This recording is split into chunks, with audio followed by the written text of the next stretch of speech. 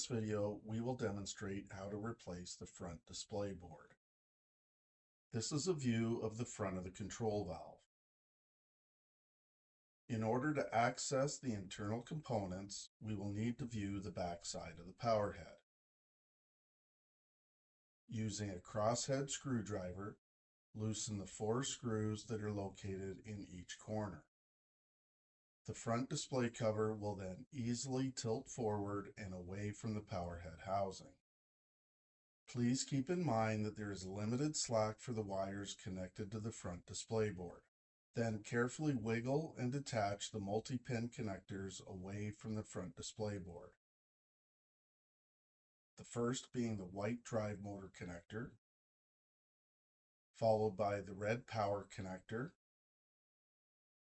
followed by the white micro switch connector, and then finally the white meter cable connection.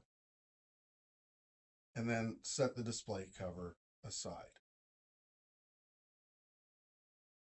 This is the back side of the front display board. Using a crosshead screwdriver, loosen the 4 screws that are located in each corner of the board.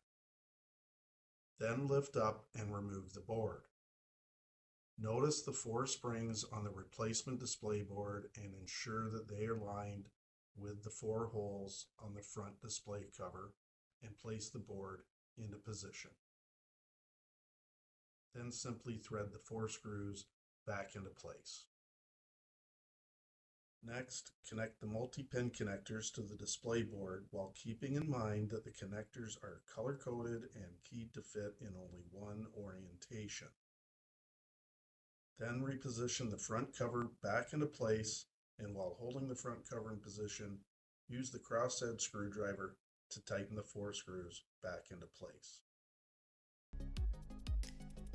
Visit us at www.canaturewg.com.